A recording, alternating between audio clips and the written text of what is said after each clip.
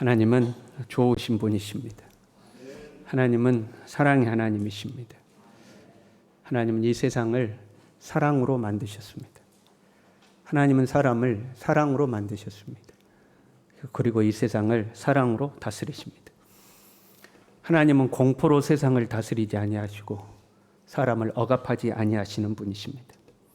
그 하나님의 사랑은 독생자 예수 그리스도를 우리에게 주심으로 확증이 되었습니다. 로마서 5장 8절에요. 우리가 아직 죄인 되었을 때 그리스도께서 우리를 위하여 죽으심으로 하나님께서 우리에 대한 자기의 사랑을 확증하셨느니라. 하나님이 사랑의 하나님이라는 것을, 우리를 사랑하신다는 것을 자신의 아들을 내어줌으로써 증명해 보이신 겁니다. 내가 너희를 얼마나 사랑하는지. 그뿐만 아니죠. 로마서 8장 32절에요. 자기 아들을 아끼지 아니하시고 우리 모든 사람을 위하여 내주신 이가 어찌 그 아들과 함께 모든 것을 우리에게 주시지 아니하겠느냐. 아들만 주시는 게 아니고 다른 모든 것도 우리에게 아낌없이 주신다는 거예요. 하나님은 좋으신 분이죠. 하나님은 사랑의 하나님이에요. 그러나 사람은 그렇지가 않습니다. 사람은 타락했습니다. 사람은 근본적으로 악합니다. 예레미야 17장 9절에요. 만물보다 거짓되고 심히 부패한 것은 마음이라. 사람의 마음이 만물보다 거짓되고 부패됐대. 그런데 정작 사람은 그걸 모르죠. 누가 능히 이를 알리오마는. 자신의 마음이 얼마나 부패하고 거짓된지 우리는 잘 깨닫지 못하는 거죠. 이 사람의 부패함은 인간 사회에 있어서 가장 고귀한 가치라고 하는 사랑, 그 사랑까지도 오염시키고 왜곡시키고 심지어는 악용하기도 합니다. 여러분, 우리가 아는 것처럼 사랑은 받기보다 주는 것이라고 알고 있잖아요. 그런데 여러분, 사랑을 주려고 합니까? 받으려고 합니까? 다 사랑을 받으려고만 합니다. 남편은 아내에게 사랑받기를 원합니다. 아내는 남편에게 사랑받기를 원합니다. 그리고 그 사랑의 욕구가 채워지지 않으면 상대방의 사랑을 부정하는 거죠. 당신은 나를 사랑하지 않는다. 내가 상대방을 사랑하면 될 일인데 내 사랑의 욕구와 요구를 채워주지 않는다고 너는 나를 사랑하지 않아 하고 사랑을 부정하는 거죠. 어린 아이들도 마찬가지죠. 자신이 원하는 것을 부모가 해주지 않으면 애들 그런 소리 하잖아요. 엄마는 나를 싫어해. 엄마는 나를 사랑하지 않아. 부모의 사랑을 자기 욕구를 채우는데 이용해 먹는 거죠. 이건 누구한테 배웠을까요? 인간의 근본적으로 타락한 본성에서부터 나오는 것들입니다. 이기적인 것들이죠. 이런 사람의 부패한 본성은 하나님의 사랑까지도 이용해 먹고 악용해 먹으려고 합니다. 사랑의 하나님이 설마 그러시겠어? 사랑의 하나님이니까 이 정도는 나에게 해줘야지. 하나님 나한테는 이걸 왜 안 해주는데요? 사랑의 하나님이니까 마땅히 나한테 이것을 해줘야 한다고. 하나님께 사랑을 요구하고 그 나의 요구가 채워지지 않으면 하나님이 나를 사랑하기 뭘 사랑해? 하나님의 사랑을 부정하는 거죠. 우리를 사랑하시는 하나님은 이런 인간의 부패한 본성을 잘 알고 계십니다. 그래서 우리를 사랑하시는 그 하나님의 사랑 안에는 무한한 희생이 있지만 한편으로는 징계라는 것이 포함되어 있습니다. 하나님의 사랑 안에는 징계라는 것이 들어있는 것. 그럼 사랑이라고 하면 우리는 고린도전서 13장 말씀을 통해서 사랑은 온유하고 오래 참는다 이렇게 알고 있죠. 하나님의 사랑도 오래 참으시고 하나님은 항상 온유하신 분이라고 생각하기가 쉽습니다. 그러나 그 하나님의 사랑 안에는 매가 들어있는 겁니다. 하나님의 사랑에 매가 들어있죠. 본문의 6절에요. 주께서 그 사랑하시는 자를 징계하시고 그가 받아들이시는 아들마다 채찍질 하심이라. 그 사랑하시는 자를 징계하시고 그가 받아들이시는 아들마다 채찍질한대요. 그러니까 매라는 것은 하나님이 우리를 사랑하신다는 증거예요. 사랑하시니까 매를 때리신다는 거예요. 우리가 자녀를 키울 때 훈육이 참 쉽지가 않죠.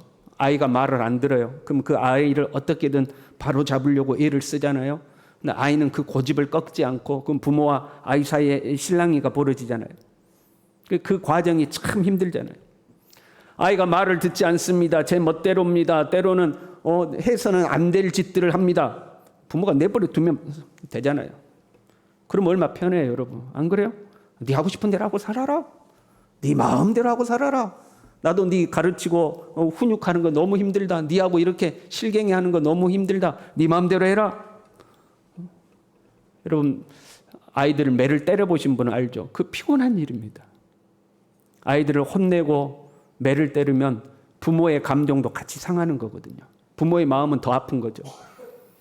그 힘든 과정 나 필요 없어. 나 안 하고 싶어. 네 알아서 해라. 여러분, 그러면 편하잖아요. 그러나 하나님은 그 귀찮고도 힘든 과정을 우리에게 하시는 거예요. 왜? 사랑하시기 때문에. 8절에요. 징계는 다 받는 것이거늘 너희에게 없으면 사생자여 친아들이 아니니라. 우리가 하나님 앞에 친아들이기 때문에, 하나님이 우리를 아들로 삼으셨기 때문에 징계하신다는 걸.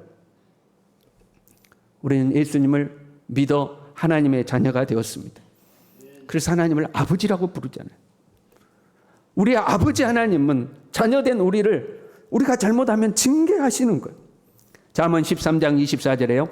매를 아끼는 자는 그의 자식을 미워함이라. 자식을 사랑하는 자는 근실이 징계하느니라. 자식을 잘못하면 매를 때려야 그게 부모의 사랑이다 하는 거죠. 여러분, 지나가다가 한 구석진 데서 중학교 3학년이나 돼 보이는 애들이 담배를 뻐끔뻐끔 피고 있어요. 그럼 여러분 어떻게 하실 거예요? 야, 이놈의 자식들아. 요즘 그러면 어떻게 돼요? 애들이 두 눈 똑바로 쳐다보고 네가 뭔데 나한테 그러냐. 요즘 애들이 그러잖아요. 괜히 이 수치를 당하지 않으려면 모른 채 지나가죠. 어른들이. 아이고 저놈의 자식들. 아이고 저놈의 자식들 하고 그냥 지나가잖아요. 그런데 가만 봤더니 그 속에 우리 새끼가 있네. 그럼 여러분 어떻게 하실 거예요? 그래도 아이고 저놈의 자식들하고 그냥 지나갑니까? 펄쩍 뛰고 야 이놈의 새끼 너 일로 와봐. 너 지금 뭐 하는 짓이야? 혼을 내지 않겠습니까? 내 자녀는 혼을 내는 겁니다. 혼을 내는 과정이 귀찮고 피곤하고 힘들고 감정이 상하는 일이라도 내 자식이 그러고 있으면 지나치지 않는 거예요. 하나님은 우리를 친자녀를 삼으셨어요. 그러니까 우리가 하나님 앞에 잘못하면 하나님은 아이고 저놈의 자식 그냥 지나치지 않는다는 거예요. 근실이 징계하시는 거죠. 요즘 세대는요, 매가 무엇인지 모르는 세대입니다. 어릴 때부터 매를 맞지 않았어요. 가정에서도 부모가 매를 못 때리도록 법으로 제한이 되어 있습니다. 학교에서는 더더군다나 매를 때릴 수가 없습니다. 그 어디서도 매를 맞지 않죠. 그러니까 매가 무엇인지 모르고 자랍니다. 그러다 보니까 하나님 앞에 매를 맞는다는 개념도 없는 것 같아요. 매가 무엇인지 모르면 그 다음부터는 두려워하지 않습니다. 하나님으로부터 매 맞는다 이게 무엇인지 모르기 때문에 하나님을 두려워하지도 않아요. 다시 말씀드리지만 하나님은 공포로 우리를 다스리지 않습니다. 하나님은 우리를 사랑으로 다스리시는 분입니다. 그러나 그렇다고 해서 우리가 하나님을 함부로 대하면 안 되는 거예요. 여러분, 부모가 자녀를 한없이 사랑합니다. 그렇다고 해서 자녀가 그 부모의 사랑을 이용해 먹으면서 부모에게 함부로 대해서는 안 되죠. 나를 사랑하시는 부모를 공경함이 있어야 돼요. 그 공경함이 필요함은 부모가 자녀를 선한 길로 인도해 갈 때에 순종해야 하기 때문에 자녀들은 부모를 공경해야 되는 거예요. 부모를 공경하지 않으면 부모에게 순종하지 않잖아요. 마찬가지로 하나님을 경외함이 있어야 하나님께 순종하는 거예요. 그리고 그 하나님께 순종하는 것이 가장 복된 길인 거예요. 사람들이 근데 하나님을 두려워하지 않아요. 두려워하지 않으니까 순종도 안 하는 거죠. 하나님은 사랑의 하나님이십니다. 그러나 죄까지 사랑하지는 않아요. 하나님은 사랑의 하나님이지만 한편으로 공의의 하나님이시죠. 사랑의 하나님은 우리를 한없이 사랑하시지만, 독생자를 아낌없이 내어줄 정도로 우리를 사랑하시지만, 공의의 하나님은 반드시 죄를 심판하십니다. 그래서 자신의 자녀들이 죄의 길로 가는 것을 내버려 두지 않습니다. 그 죄의 길로 가다가 영원한 형벌로 떨어지도록 방치하지 않습니다. 남의 자식 담배 뻐끔뻐끔 피고 있으면 모른 척 지나갈 수 있지만 내 자식이 담배 뻐끔뻐끔 피고 있으면 어떻게 모른 척 지나갑니까? 그래서 하나님의 사랑은 매를 드는 겁니다. 여러분, 하나님에 대한 경외심을 잃어버리면 안 돼요.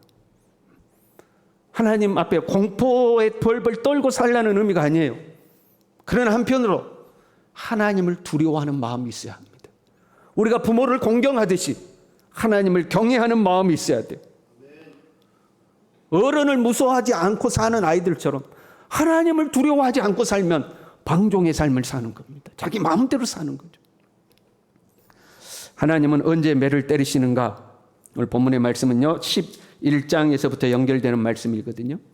히브리서 11장에는 우리가 믿음의 장이라고 부르죠. 믿음의 사람들이, 성경에 기록되어 있는 믿음의 사람들이 쭉 기록되어 있습니다. 그리고 12장 1절에 넘어오면 이렇게 되어 있죠.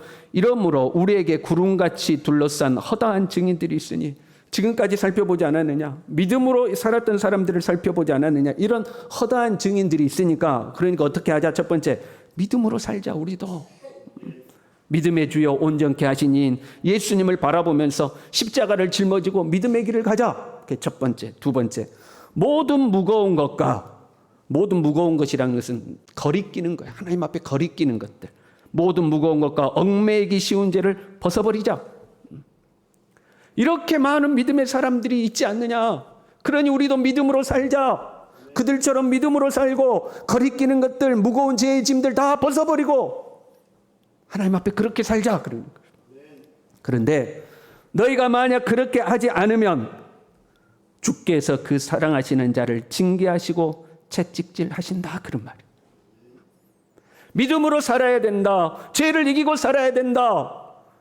그런데 너희가 만약에 그렇지 않으면 하나님은 너희를 사랑하시기 때문에 너희를 징계하시고 채찍질 하신다. 신앙생활을 똑바로 하지 않으면 하나님이 매를 때리시는 거예요. 물론 사람마다 각각의 단계가 조금씩 다릅니다. 가령 이런 거죠. 여러분, 어린아이가 3살, 4살 난 아이가 아침에 잠자고 일어나서 자기의 이부자리 정리를 못해요. 그럼 우리가 혼을 냅니까? 혼을 내지 않죠. 아직 어리니까. 그런데 대학생이 됐는데도 이부자리 정리를 하지 않아요. 그럼 뭐라 그래요? 네가 지금 몇 살인데 지금 이 모양이냐? 똑바로 안 해? 혼을 내죠. 하나님께서 우리 각자에게 요구하시는 신앙의 수준이 있는 거예요. 네가 지금 교회 다닌 지 몇 년인데, 네가 지금 예수 믿은 지가 몇 년인데, 이 정도 믿었으면 이 정도는 해야지. 하나님이 우리에게 요구하실 때가 있는 거죠. 요한계시록에 보면요, 에베소 교회는 참 훌륭한 교회였습니다. 내가 네 행위와 수고와 네 인내를 알고, 행위와 수고와 인내를 하나님이 기억하셨어요. 악한 자들을 용납하지 아니한 것과 자칭 사도라 하되 아닌 자들을 시험하여 그의 거짓된 것을 네가 드러낸 것과, 이게 쉬운 일 아닙니다. 거짓을 들춰내고 그들과 갈등하며 싸워서 그들을 하나님의 교회에 들어오지 못하도록 막아내는 것, 이단과의 싸움이죠. 쉽지 않은 거죠. 그걸 해냈다는 것. 네가 참고 내 이름을 위하여 견디고 게으르지 아니한 것을 안다. 참고 견디고 게으르지 않고. 여러분, 얼마나 훌륭합니까? 그럼에도 불구하고 하나님 그 에베소 교회에게 온전하기를 요구하셔요. 너를 책망할 것이 있다. 그런데 너를 책망할 것이 있다. 너의 처음 사랑을 버렸다. 하나님이 그래, 너 이 정도는 부족하지만 이 정도 잘한 것이 훨씬 많으니까 됐다, 이 정도면 됐다. 그게 아니고 너 이 정도 잘했다, 훌륭해, 내가 다 알아. 그러나 너에게 책망할 거 있어. 온전을 요구하시는 거죠. 회개하여 처음 행위를 가지라. 만일 그리하지 아니하고 회개하지 아니하면 내가 네게 가서 네 촛대를 그 자리에서 옮기리라. 무슨 말이야? 너 매 맞는다 그 말이야. 너 그거 고치지 않으면 너 매 맞아. 그러니까 빨리 그거 고쳐라. 회개하라 말씀하시는 거예요. 4절에는요, 너희가 죄와 싸우되 아직 피 흘리기까지는 대항하지 아니하고 믿음으로 살자, 죄를 이기고 살자 말씀하셨잖아요. 그렇지 않으면 어떻게 된다고요? 너 매 맞는다. 왜? 내가 너 사랑하니까. 그랬는데 그 다음 말씀이 있어요. 너희가 죄와 싸우되 아직 피 흘리기까지는 대항하지 아니하고, 그 다음 권면하신 말씀도 잊었도다. 어떤 말씀이요? 너 그렇게 안 살면 매 맞아. 이 말씀도 잊어버렸다는 거예요. 생각을 안 한다는 거예요. 그러다 보니까 신앙생활 대충 하는 것 대수롭지 않게 생각합니다. 심지어 죄를 짓는 것에도 무덤덤합니다. 하나님께 매를 맞는다는 생각이 없는 거예요. 제가 어렸을 때는요, 너 그러다 매 맞는다 이런 이야기를 참 많이 들었습니다. 가정에서도 너 그러다 매 맞는다, 아빠한테 혼난다 이야기 많이 들었고, 학교 가면 선생님한테 거의 날마다 매를 맞았고 해요. 선생님한테 매 맞는 게 일이에요. 학교 가서는. 심지어는 교회에서도 그러다 하나님께 매 맞는다 이런 표현들을 많이 했어요. 근데 지금 우리 옆에는 이런 표현들이 싹 없어져 버렸어요. 교회에서도 하나님께 그러면 매 맞는다 이런 표현을 못 쓰는 거죠. 어떤 사람이 와서 저나 여러분에게 와서 제가 요즘 하나님께 벌 받나 봅니다. 그러면 여러분 뭐라고 그래요? 맞아요. 지금 당신 벌 받는 겁니다. 지금 당신 하나님께 매 맞고 있습니다. 아무도 이렇게 말을 못 해요. 에이, 설마요. 하나님이 그러시려고요. 그런 생각하지 마세요. 하나님은 사랑의 하나님이에요. 다 그렇게 표현하죠. 맞습니다. 당신 지금 매 맞고 있는 겁니다. 하나님께 벌 받고 있는 겁니다. 그런 표현을 우리는 못하는 거예요. 하나님은 그의 사랑하시는 자를 때리시는 하나님이시다. 하나님은 매를 때리시는 하나님. 왜? 사랑하니까. 하나님은 어떻게 매를 때리시는가? 사무엘하 7장에 보면요, 이런 이야기가 나옵니다. 다윗이 주변 국가를 다 정복하고 평안하게 자기 궁전에 있었어요. 근데 어느 날 그런 생각이 들었어요. 나는 백향목궁에 살거늘 하나님에게는 희장 가운데 있도다. 나는 이렇게 좋은 궁전에 사는데 하나님의 법궤는 아직도 저 텐트 쳐놓고 저 나무 텐트 속에나 있구나. 그래서 선지자를 불러서 내가 하나님 앞에 하나님의 집을 짓겠습니다. 나는 이렇게 좋은 데 사는데 하나님이 저런 집에 살아야 되겠습니까? 그 마음을 하나님이 기뻐 받으셨습니다. 그래서 다윗에게 하나님께서 축복을 약속하시죠.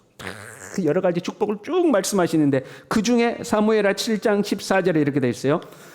내가 너의 왕위를 영원하게 해주리라. 만약에 너의 후손이 내 말을 어기고 지멋대로 산다 할지라도 나는 그에게 아버지가 되고 그는 내게 아들이 되리니 그가 만일 죄를 범하면 내가 사람의 매와 인생의 채찍으로 징계하려니와 왕위를 빼앗지는 않을 것이다. 여기 하나님의 매가 등장해요. 뭐예요? 사람의 매와 인생의 채찍. 하나님이 사용하시는 매예요.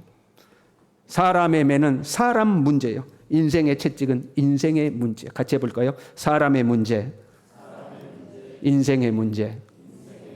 그게 하나님의 매예요. 야곱 이야기를 살펴볼까요? 아버지와 형을 속여서 장자의 축복을 받아냈어요. 그러나 그것 때문에 형이 자기를 죽이려고 하니까 애삼촌 집으로 피신을 합니다. 피신하는 길에 하나님을 만나요. 그냥 광야에서 돌베개 베고 처량하게 잠을 자다가 그곳에서 하나님을 만나죠. 그때에 야곱이 하나님께 이렇게 소원을 합니다. 하나님이 나와 함께 계셔서 내가 가는 이 길에서 나를 지키시고 먹을 떡과 입을 옷을 주시어 내가 평안히 아버지 집으로 돌아오게 하시오면 어떻게 해요? 먹을 떡과 입을 옷을 주시어 평안히 돌아오게 하시오면 그 다음에 이제 소원을 하는 거죠. 여호와께서 나의 하나님이 되실 것이요 내가 기둥으로 세운 이 돌이 하나님의 집이 될 것이요 하나님께서 내게 주신 모든 것에서 10분의 1을 내가 반드시 하나님께 드리겠나이다 하고 하나님께 약속을 했어요. 그런데 하나님께서 입을 옷과 떡만 주신 게 아니에요. 아내도 주셨어요. 자식도 주셨어요. 거부가 되게 하셨어요. 돌아오는 길에 형이 자기를 죽이려고 나왔지만 하나님의 은혜로 기적적으로 형과 화해가 이루어졌어요. 그리고 평안하게 가나안 땅에 들어가 정착했습니다. 그런데 야곱은 하나님과 했던 약속을 실행에 옮기지 않는 거예요. 20여 년의 세월이 지나서 잊어버린 거 아닌가? 그거 아니에요. 애삼촌 집을 이제 떠나올 때에 창세기 31장 13절에 하나님께서 이 야곱에게 나타나셔서 이렇게 이야기합니다. 나는 베델의 하나님이라. 네가 거기서 기둥에 기름을 붓고 거기서 내게 소원하였으니 지금 일어나 이곳을 떠나서 네 출생지로 돌아가라. 하나님이 야곱에게 네 고향으로 돌아가라고 하시면서 뭐라고 그랬냐면 나는 베델의 하나님이라. 내가 그때 네가 나에게 했던 약속을 기억하고 있다. 너는 그곳에 돌아가서 약속을 지키라 하고 야곱을 지금 보낸 거예요. 그리고 야곱 앞에 있는 모든 문제를 다 없애버린 거예요. 평안케 하신 거죠. 그런데 삶이 평안해지니까 신앙이 나태해졌어요. 집안에 이방 신상들이 들어옵니다. 우상이 들어옵니다. 세속의 문화가 들어옵니다. 그런데도 무기력하게 방치하고 가만히 있었어요. 그때에 자식들의 문제가 생기기 시작합니다. 하나 있는 딸이 밖에 나가서 겁탈을 당해요. 자식의 문제, 사람의 문제, 사람의 매죠. 하나님이 사람의 매를 들어 치기 시작하는 거죠. 그 문제를 해결한다고 오빠들이 문제를 해결한다고 했는데 오히려 문제가 꼬였어요. 야곱의 집이 망할 위기에 처하게 됩니다. 인생의 채찍입니다. 사람의 매와 인생의 채찍이 야곱 집에 찾아온 거죠. 야곱이 어찌할 바를 모르는 거예요. 그때 하나님이 야곱에게 다시 나타나셔서 베델로 올라가라. 베델로 올라가라. 그 베델로 모든 것을 정리해서 올라가니까 모든 것이 이제 정리가 되는 거죠. 구약의 역사를 보면 하나님께서는 이스라엘을 한 인격체로 부르셔요. 이스라엘의 국가, 이스라엘의 국민들인데 그 한 사람처럼 부르시죠. 이 이스라엘 백성들이 출애굽해서 가나안을 목전에 두고 있을 때에 모세를 통하여 마지막으로 그들에게 말씀을 가르치고 또 가르치죠. 그때 모세는 너희가 여호와의 말씀을 청종하고 그 말씀을 다 지켜 행하라. 그리하면 너희가 나가도 복을 받고 들어와도 복을 받을 것이다. 그러나 그 말씀을 지키지 아니하면 너는 사람이 그 아들을 징계한 같이 내 하나님 여호와께서 너를 징계하시는 줄 마음에 생각해라. 하나님께서 너를 반드시 징계하실 것이니까 하나님의 말씀을 지켜야 된다. 그런데 이스라엘이 말을 안 들어요. 얼마 못 가서 말을 안 들어. 그래서 하나님께서 이 이스라엘에게 매를 드시죠. 하나님이 드셨던 매의 종류가 아모스 4장 6절부터 쭉 기록되어 있어요. 너희는 각 초소에서 너희의 각 초소에서 양식이 떨어지게 하였으나 너희가 내게로 돌아오지 아니하였느니라. 지금 돌아오라고 하나님 매를 때리셨어요. 어떤 매요? 양식이 떨어지게 했대요. 또 추수하기 석 달 전에 내가 너희에게 비를 멈추게 하여 비가 안 오는 벌이었어요. 어떤 성읍에는 내리고 어떤 성읍에는 내리지 않게 하였으나 너희가 내게로 돌아오지 아니었느니라. 저 사람은 뻔히 잘 되는데 나만 안 돼. 저기에는 비가 내리고 풍년이 되는데 나만 안 돼. 하나님의 인생의 채찍질이에요. 내가 곡식을 마르게 하는 재앙과 깐부기 재앙으로 너희를 쳤으며 팥중으로 너희의 많은 동산과 포동과 무화과 나무와 감람나무를 다 먹게 하였으나 너희는 내게로 돌아오지 아니하였느니라. 내가 너희 중에 전염병 보내기를 애굽에서 한 것처럼 하였으며 칼로 너희 청년들을 죽였으며 너희 말들을 노략하게 하며 너희 진영의 악취로 코를 찌르게 하였으나 너희가 내게로 돌아오지 아니하였느니라. 내가 너희 중에 성읍 무너뜨리기를 하나님이 내가 소돔과 고모라를 무너뜨린 같이 하였으므로 너희가 불붙는 가운데서 빼낸 나무 조각같이 되었으나 하나님께서 그 인생을 불붙는 가운데서 빼낸 나무 조각 부지깽이처럼 만들으셨어요. 그런데도 너희가 내게로 돌아오지 아니하였느니라. 인생의 채찍으로 하나님께서 그들을 인생의 문제를 계속 보내십니다. 물질의 문제, 질병의 문제, 인간관계의 문제를 계속 보내신 거예요. 그런데도 깨닫지 못하고 돌아오지 않았다는 거예요. 다시 말씀드려요. 하나님은 공포로 우리를 다스리신 분이 절대 아닙니다. 여러분을 겁주고 억압하려고 하는 설교도 절대 아니에요. 그러나 하나님 앞에 방종해서는 안 되는 거예요. 하나님은 사랑의 하나님이시기 때문에 우리가 잘못하면 매를 드신다는 것을 기억해야 합니다. 혹시 우리 중에 사람 문제가 있습니까? 자녀의 문제가 있습니까? 친구의 문제가 있습니까? 가족의 문제가 있습니까? 그렇다면 혹시 하나님이 사용하시는 사람 막대기는 아닐지. 제가 혹시라고 부르는 것은 모든 문제가 다 그런 것은 아니기 때문에 그래요. 어떤 문제가 생기면 너 매 맞는 거야? 꼭 그런 것은 아닐 수 있어요. 그러나 혹시 하나님이 나를 매 때리시는 것은 아닌가? 하나님이 만약에 그 사람을 막대기로 들어서 나를 때리고 계신다면 내가 그 사람 아무리 원망해도 소용없는 거예요. 하나님이 누구를 다스리고 있어요? 나를 다스리고 계시잖아요. 내 자신을 하나님 앞에 돌아봐야 되는 거죠. 내 자신을. 혹시 여러분의 삶에 끝이 없이 해결되지 않는 문제가 있습니까? 하나님이 인생의 채찍질로 나를 때리고 계시는 줄도 모르는 거예요. 하나님이 인생의 채찍을 들어서 나를 때리시는 거예요. 하나님은요, 내가 매를 맞아 여기가 터지고 저기가 터지고 여기 부서지고 저기가 고장이 날지라도 그 하나님의 사람 막대기와 인생 채찍 때문에 내가 고생을 할지라도 그 고생하는 것보다, 그걸 통해서 내가 고장 나는 것보다 하나님의 사람으로 성장하는 것을 더 중요하게 여기시는 거예요. 그래서 하나님은 매를 때리시는 거예요. 9절에요. 이렇게 되어 있어요. 매를 맞아서 어떻게 돼요? 복종하여 살려. 더욱 복종하여 살려라는 표현이 나오죠. 10절에는요. 거룩하심에 참여하도록. 11절에는요. 의와 평강의 열매를 맺으러. 의와 평강은 하나님 나라를 말하죠. 하나님의 나라는 먹고 마시는 것이 아니요 오직 성령 안에서 의와 평강과 희락이라. 그러니까 의와 평강의 열매를 맺는다는 것은 하나님 나라의 백성으로 산다는 거예요. 13절에는요. 고침을 받게 하라. 왜 하나님 우리를 때리시는가? 하나님께 복종하라고, 하나님의 거룩하심에 참여하라고, 하나님 나라 백성으로 살라고, 하나님 우리를 고치려고. 이걸 뒤집어 생각해 보면요, 하나님께 복종하면 하나님의 매가 끝이 납니다. 하나님 앞에 거룩해지면 하나님의 매가 끝이 납니다. 하나님의 자녀, 하나님의 백성답게 살면 매가 끝이 나요. 어그러진 내 삶을 고치면 하나님의 매가 끝이 나는 거예요. 그러나 매를 깨닫지 못하고 끝까지 돌아오지 않으면 결국 나라가 망하여 흩어져 버린 이스라엘처럼 우리도 멸망의 자리에 도달하게 되는 거예요. 사랑하는 성도 여러분, 매 맞지 않기를 바랍니다. 자녀를 키워봤으니까 알잖아요.